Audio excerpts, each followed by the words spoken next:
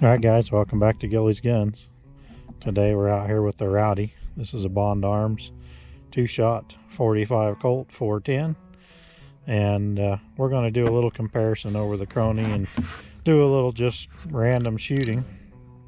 Kind of want to do a comparison with some different ammunition.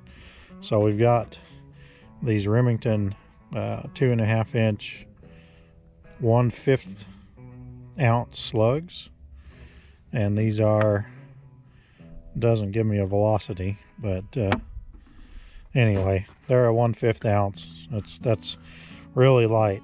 And then got some regular old 45 Colt here that's loaded with a 255 grain semi-wad cutter, and we've got some 2.5 inch Federal number 7.5s,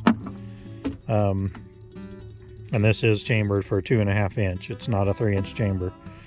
I've also got, I'll throw in a video of making these. These are some 4440 brass that I cut down to make some 45 auto rim, and you see they kind of got a bulge. There's about a 10 thousandths difference in case diameter between a 4440 and a 45, but they'll swell up and fill the chamber, fire form to the chamber. And then the Bond manual says not to shoot 454 casoules, but I loaded these with 150 grains of number 6 shot. So these are just kind of like a reduced shotgun load, and I think these would be really good for snakes, but I'm gonna find out. We'll see how they shoot. We're going to shoot some of these 2.5 inch 410 shells to start, and I'm at about 5 yards, and I'm just going to put 2 right in the center of this target, and let's see what kind of group we get with 7.5 shot.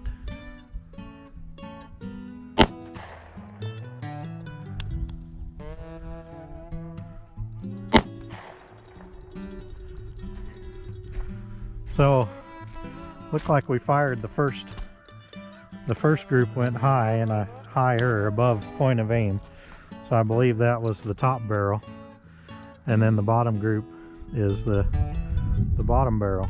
So I mean, I was aiming right here, so it definitely covered what I was shooting at. A little low here, but they would have got the trick done. So we're going to shoot at 5 yards, and we might as well see if we can get a golf ball. 45 long Colt, or 45 Colt, however you want to say it. I'm going to go for that golf ball on the left.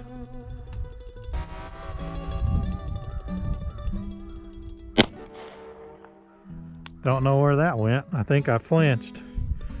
On the left. I hit off to the right. Well, we're not going to shoot too many at golf balls, because I'm pretty sure that this is not going to be a golf ball worthy gun. Let's put a couple on steel, and we'll see where it's hitting on steel.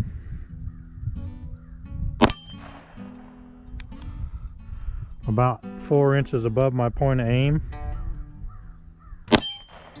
and about 4 inches below. So that is the vertical spread caused by the 2 different barrel heights. Not bad.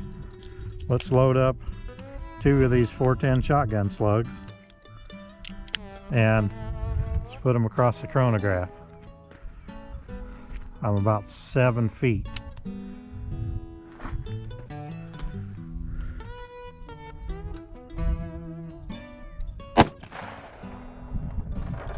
Quite the muzzle blast. 784 feet per second. There goes the second one. 787.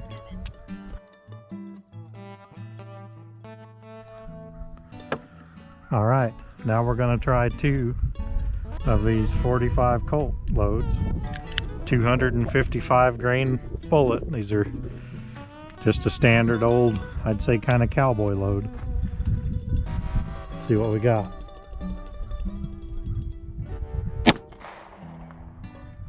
$528.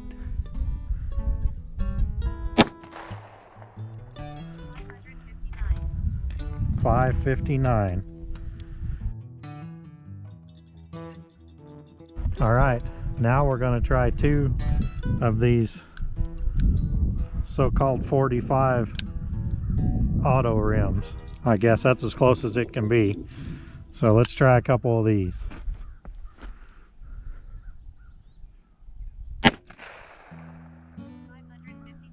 $557.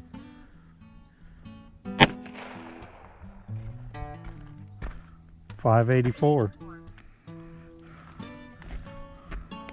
So those swell out in the chamber a little bit, so I have to use the extractor to get them out. Maybe not ideal, but they shouldn't do that on the next firing.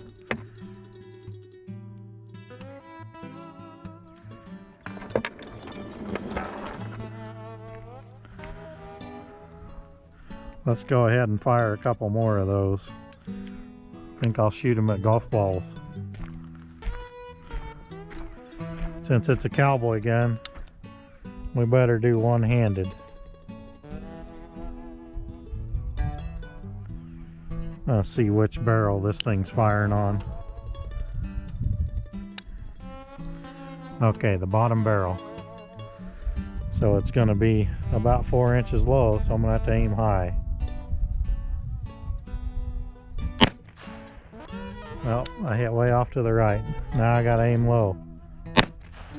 Wow, way off to the right. So those 2 shots shooting off to the right, that's a good example of how a grip in your hand affects your point of impact. So because of the way this thing fits in my hand, if I don't grab it with 2 hands, and it's got a fairly stiff trigger pull, so when I pull the trigger, I'm pulling it to the right. So, you know, I can correct that if I shoot it enough, but, you know, I probably won't. It'll probably just be carry it with shot shells to shoot at snakes. All right, so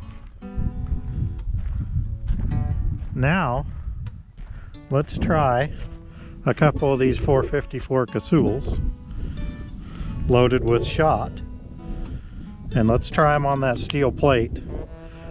We're about 6 yards away. I'm gonna get at an angle so nothing comes back, but let's see what kind of spread we get with these.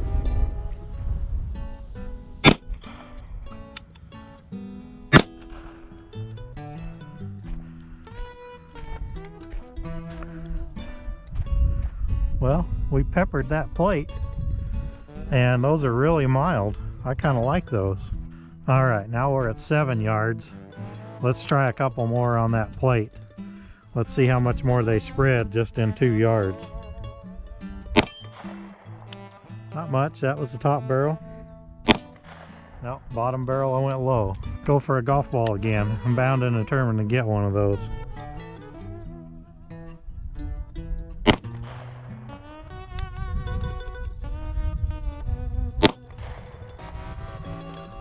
All right, last try at the golf balls.